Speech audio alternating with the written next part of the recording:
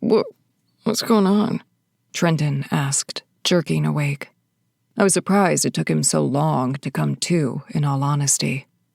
"Who are you?" he demanded next, jerking at the duct tape I'd used to bind his hands together in front of him. I even taped the fingers together so that he couldn't use them. Most witches couldn't, but it never hurt to be careful.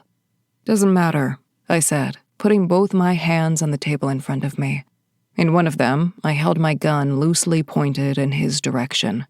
He pulled at the bonds again, quickly realizing I hadn't bothered with his mouth or feet.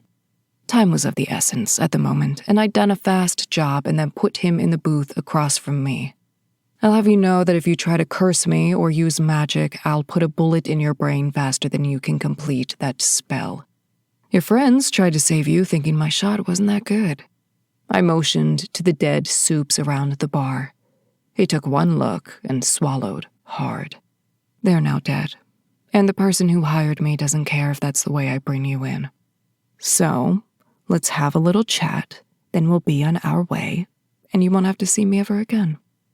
He looked back and forth between me and the dead supernaturals twice before nodding. "Can I ask who hired?"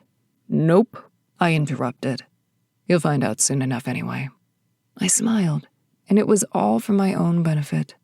Once, I might have felt pity about my actions. That day was almost a decade ago, though, and a lot had happened since then. "Now, tell me what you know about magical comas." He blinked twice, clearly not expecting that line of questioning. "Magical comas?" he repeated. I nodded. Well, a spell has to be cast to be put in one." He started, and I rolled my eyes. "Yeah, I got that part, Florida State. My name is Trenton." "I'm aware." We stared at each other for a second before he continued. "There's a number of ways to put someone in a coma using magic. You can be direct and put them in a coma. You can put them in an extended sleep for as long as you want. You can transport their consciousness somewhere else. There's a lot of options," I said. "I know they depend on how powerful or skilled the witch or warlock is. How do you break someone out of one?" This was a conversation I'd had over 100 times now, and I could already tell it would be the same as all the others. "The original caster has to do it," Trenton said. "And if you don't have the original caster?" I asked. He mulled that over for a moment. "It's near impossible. You'd need to assess the cause, figure out the exact spell, find a witch or warlock that basically has the power of a god and can counter it, and then hope they do it right because if even one thing goes wrong, the person in the coma is likely to die. Anything else?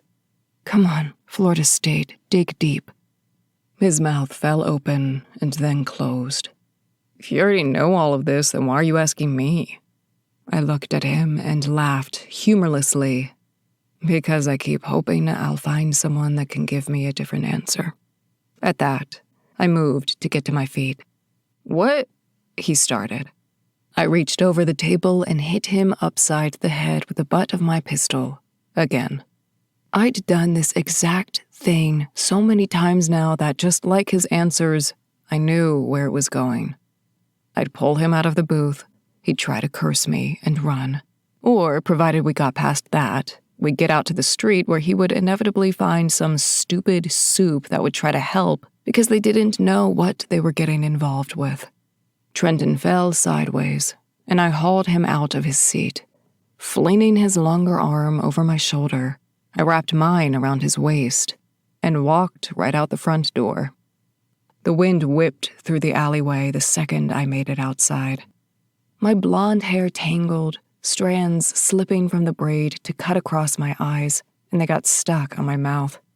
"Ugh," I groaned, swiping it back in place once more as I dragged Trenton down the alley with me, thankful for the extra hours I'd been working out.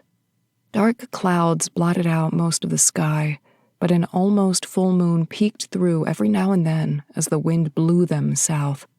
Most of the buildings appeared uninhabited, but they would any time after dark, regardless of whether people were in them or not.